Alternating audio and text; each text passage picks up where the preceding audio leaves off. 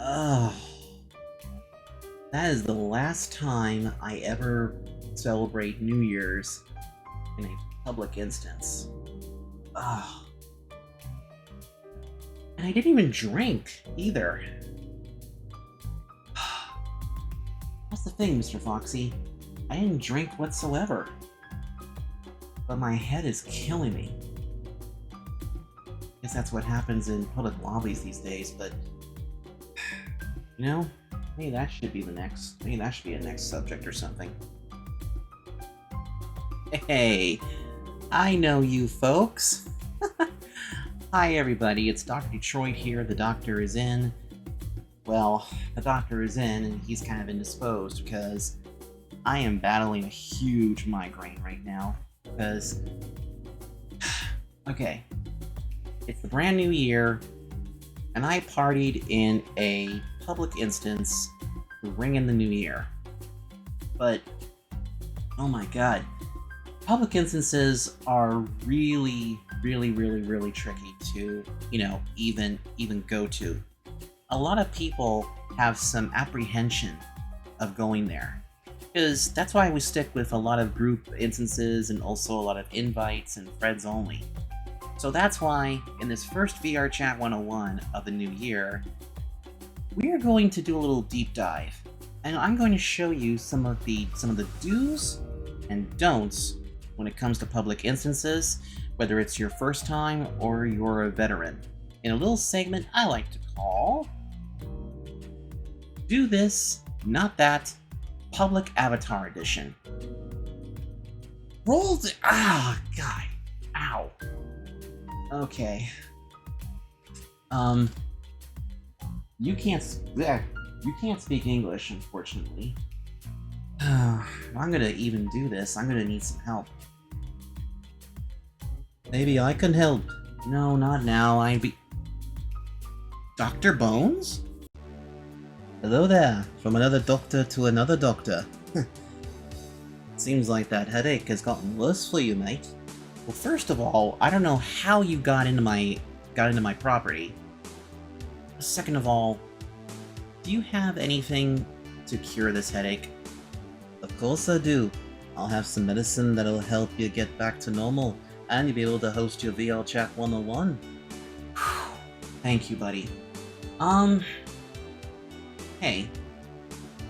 Since you're here, Dr. Bones, would you go ahead and say the famous catchphrase that I say in every Vrchat 101? Of course I can, my friend. Roll the intro, mate!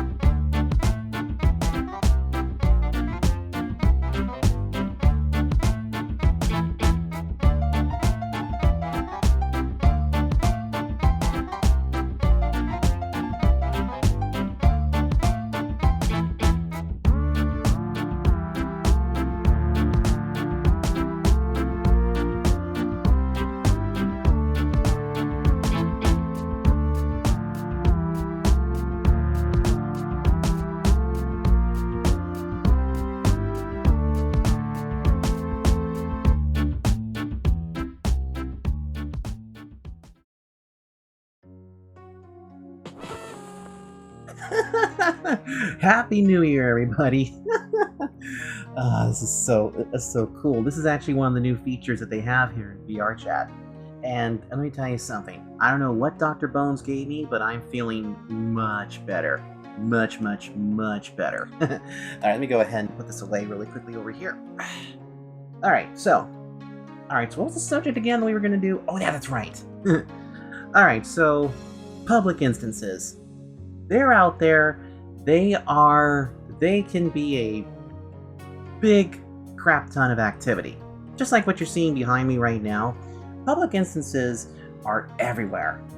And usually, they are on the most active worlds, such as the Black Cat, the Great Pug, McDonald's, even prismatic avatar search. Unfortunately, though, public instances ain't what they used to be. Because let me explain something. Public instances are where you meet the bane of VR chat. Sometimes you might meet a few friend-shaped people, and oftentimes you end up meeting people that are gonna get you banned within 10 seconds.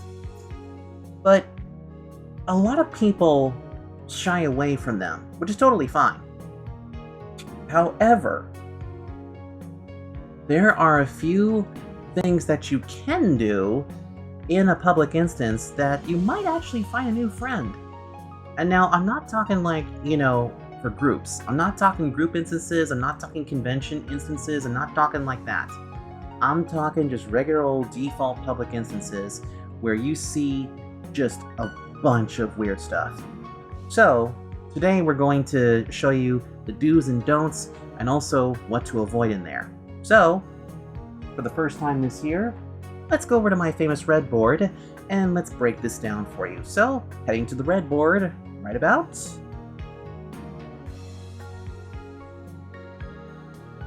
now. There we are, finally back in front of the red board after a very long time. And of course, everybody missed you, Mr. Foxy. And by the way, check this out, everybody. As you can see, I have my own drink, and he also has his own drink too. Because, hey, you know what? Even when we were doing a show, sometimes we get a little thirsty.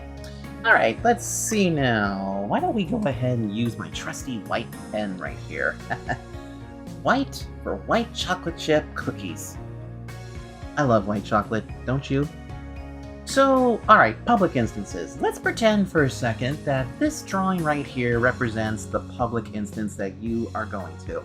Public instances are where random people can just spawn in willy-nilly, and they just are all over the place, okay?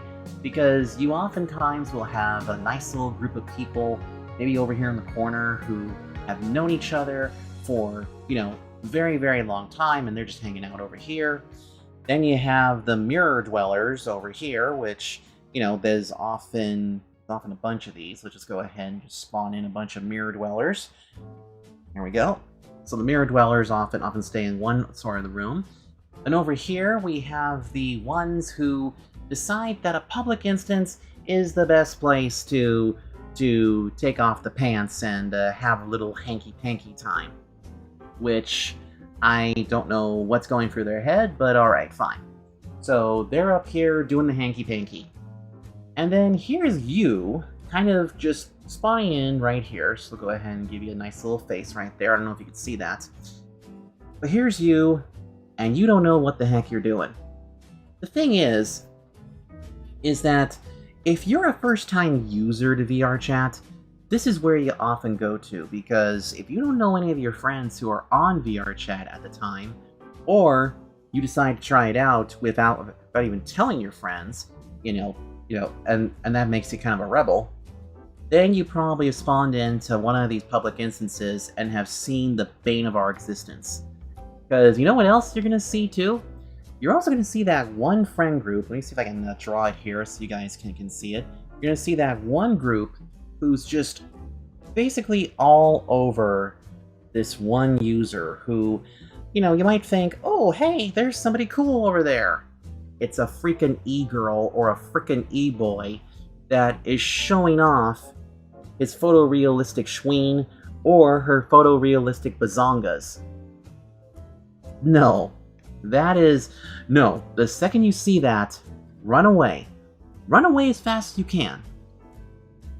And, well, here's the other thing, too. Some public instances, you can actually find some people who actually fit your category of, thinking or, likes, dislikes, and other sorts of things. One of the things that is very important to have, and this is, I'm going to put this in big letters in front of me, is to have a bio written out. Alright? If you don't have a bio over your username, or in your little nameplate, as I like to call it, no one's gonna know who the hell you are. But here's the thing, though. There's a few things that you need to keep an eye on, especially when you're going to put stuff in your bio. Only put down the main ideas of what you want people to know about you. In fact, in my name bar, I put down the fact that I'm a sim racer, a YouTuber, which we're doing right now, Vrchat improvist, karaoke legend, the director and producer of the Astro Boy Express, and a co-writer for the series called Wings, which will be coming very soon to either my channel or my good buddy Fearful Moon's channel. I'll leave a link in the video description below so you guys can go see his channel. And that's pretty much it. A few little, fun facts and things like that, totally fine.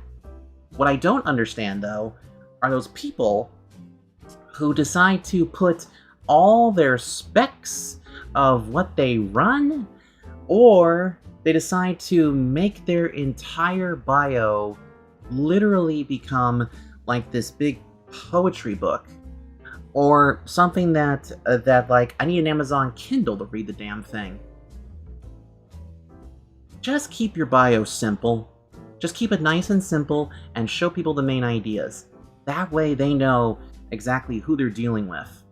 Because believe me, I've seen it way too many times where some people will just, put random stuff in their bios and like it just becomes an absolute gobbledygook of stuff. Because believe me, no one needs to... Okay, hold on a sec. Let me go ahead and reiterate this, but I'm going to come really close towards the camera. Alright, so here's the thing. Nobody wants to know your operating system. They don't need to know your sexuality per se. And whatever you do, don't put your ex's name in the goddamn bio. Okay? Okay. Good. Alright, so now that I got that off my chest, let me go ahead and come back this way. Because now we need to get into the do's and don'ts, but also the things that you actually see inside a public instance. And you know what? Let's go ahead and just do this. For the magic of editing, we now have our list of the do's and don'ts, or I should say, the avoids and the approaches for going into a public lobby. Now, when you go to a public lobby, like I said, you're going to meet a lot of different people, but there's a few people that you need to avoid like the bubonic plague. First things first, this is a given, e-girls and e-boys. What exactly are they? Well, they are the supposed sex figures of VR chat. They usually show up looking something like this. Ugh. Yikes. Okay. The deal here is that a lot of e-girls and e-boys usually use photorealistic avatars. Ones that kind of make them look like a rapper, or make them look like a media influencer or something like that. But there's also one big problem too. These people are often out for money. And so what they will do is that they'll come up to you, kind of similar to like what we saw Kronk do in a past episode. In fact, future me, can you insert the clip from when we showed kind of like what e-boys do? Oh look, are you having a hard time with your mental health? Well, I can help. You know what, for a little money I can riz the mental health out of you. Oh yeah, you know what, you don't need therapy or anything. All you need is just these muscles. Ooh.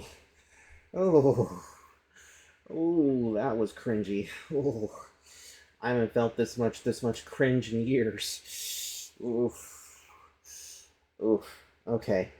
I feel very sticky. 1 second. I think I need to take a shower really quick. Truth be told, that shower was real. And believe me, Nardos don't stink. Anyway, so that's what happens with e-boys. With e-girls tend to show up with either big bazongas or a really big trunk. And now some of them can be rather fun, but the thing is though, is that if one comes up to you wearing like a face covering, like a mask, and they look edgy as hell, run away. Just block them immediately. Because you don't know if that e-girl or e-boy is going to be a scammer. Because believe me, they will sometimes ask you for money just to have virtual sex. Which is never... Which, I'm sorry, I don't care who you are. If you want to have, you know, your virtual hanky-panky, do it in a private instance, or go to one of the private rooms and lock the front door. Alright? Don't have it unlocked, because I don't want to be, you know, walking down the thing and being like, ooh, there's a private room. I wonder what's going on in here. Alright then, so I just go over here and look in, and I'm like, ugh! Oh no, no. Oh, I shouldn't have looked. You don't want those kind of embarrassing things. So, no go on the e-girls and e-boys. You see one? Run in the other direction. Next one you want to avoid are the lollies and the weeaboos. Okay. This one might get a little controversial because, let me tell you something. Lollies and weeaboos kind of run together quite a lot. And oftentimes, weeaboos can actually be e-girls, and sometimes e-boys. In fact, the three of them tend to run together. But lollies, on the other hand, this is where we enter a really bad territory. Now, I have been very vocal about how much I despise anime. And there are certain tropes that I absolutely hate. Okay? Like, I hate the fact when some people go to these different instances and they show up in this avatar of some sort of kid from an anime, or even a better example. Let's say somebody shows up as a little girl. So you think, okay, there's probably a female at the other end there. So you go to approach and be like, you know, hey, how you doing? And the voice suddenly comes out being like, hey, what's up, everybody? I'm having a fun time, ooh. Whoa now. You're a grown adult, and you're wearing a lolly avatar? Yeah, I mean, you know, I like the character a lot. I like her a lot. I mean, she's best girl because, you know, I watch his anime and stuff. It doesn't make it any better, bro.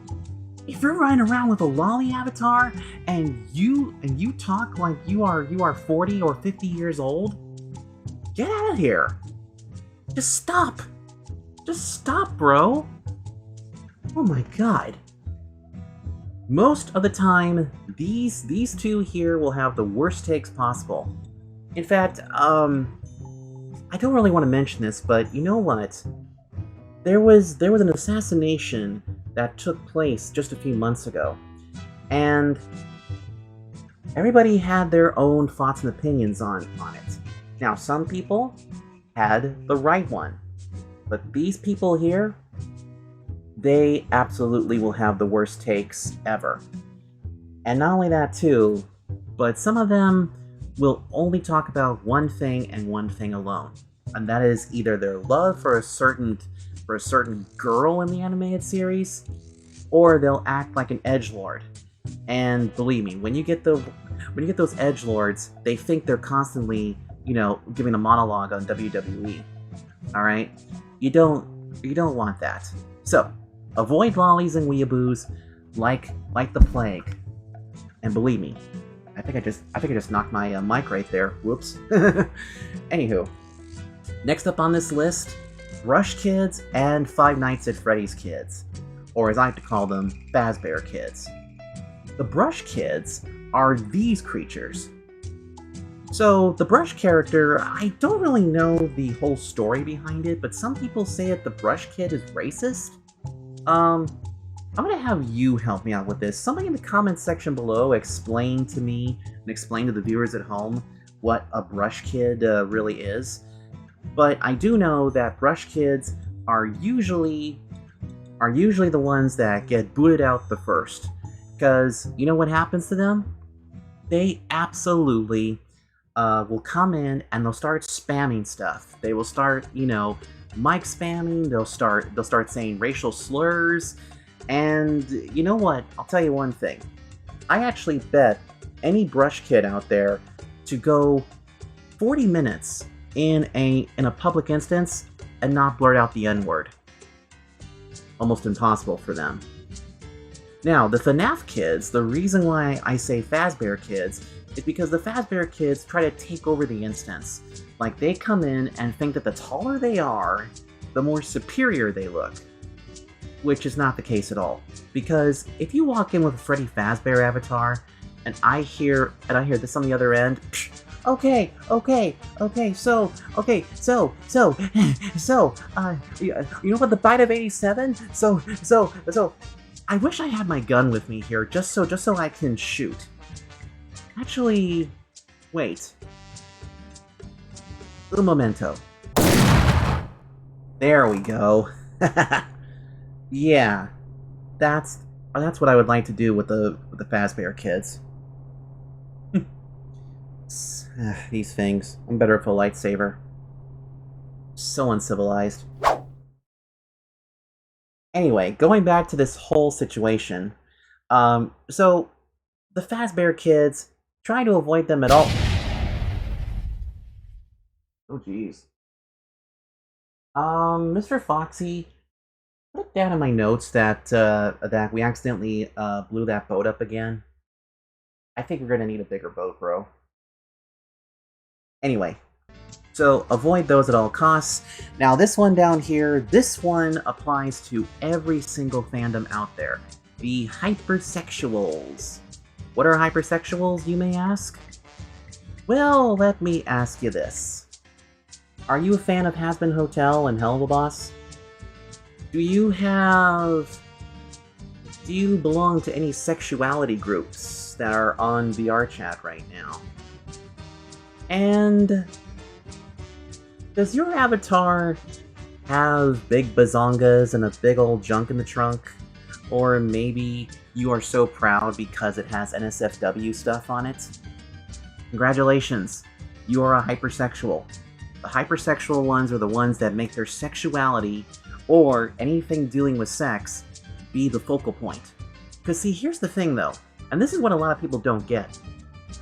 When I meet new people, like if I'm meeting you out there, you out there eating the bag of Cheetos, if I meet you here in VRChat, I want to know, who you are. I want to know, what you do for fun and all kinds of different things. I even want to know your hobbies, or know what kind of worlds you love. What I don't want to know is that I don't want to know about, how many people you banged at the Black Cat, or for that matter, I don't want to know about, how many times, that you basically say your sexuality. I'm looking at you folks out there, the ones that always wear the colors of them and have to keep reminding people. In fact, you know what? Perfect example. I used to have a friend who was asexual, whatever the heck that is. But for some reason, she felt the need to keep constantly reminding people about it. So it'd be like this. So it'd be like, hey, we haven't seen you in a very long time. Hey, do you want to play Uno with us? Well, I mean, I'm asexual, so I can't really play Uno. It doesn't matter if you're asexual. Come and play with us. Yeah, but you see, us asexuals get a little bit more competitive. So, yeah, I can't do that. Or if it's something as simple as filming a video. Hey, listen, bro. Hey, listen, friend.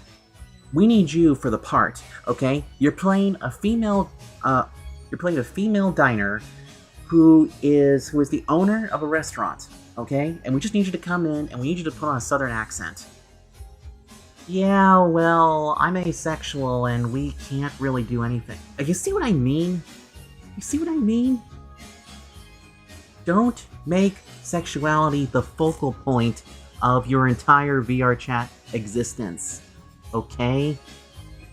And whatever you do, don't go with these people, because you know what?